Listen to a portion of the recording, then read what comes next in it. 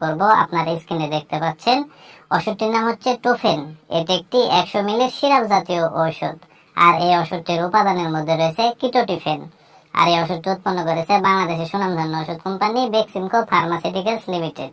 তো ওষুধটির কার্যকারিতা বলতে গেলে হাঁপানির প্রতিরোধক চিকিৎসায় এবং অ্যালার্জিক রাইনাইটিস ও কনজাংটিভাইটিস উপসর্গ প্রশমনেই মূলত ওষুধটি নির্দেশিত।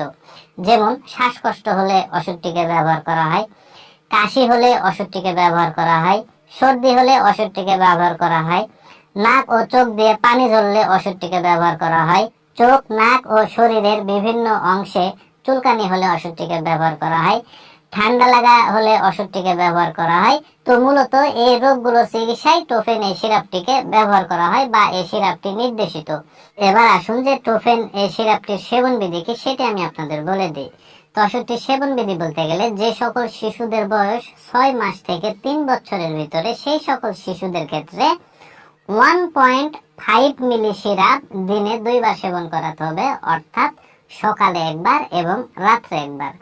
আর যে সকল শিশুদের বয়স 3 বছরের উপরে এবং যারা প্রাপ্তবয়স্ক তাদের ক্ষেত্রে 1 চা চামচ সিরাপ দিনে 2 বার সেবন করতে হবে, অর্থাৎ সকালে একবার এবং রাত্রে একবার ওষুধটিকে সেবন করতে হবে। আর এটি হচ্ছে ওষুধটির সেবন বিধি। আর ওষুধটির পার্শ্ব প্রতিক্রিয়ার কথা যদি বলতে যাই তাহলে এই ওষুধটি সেবন করার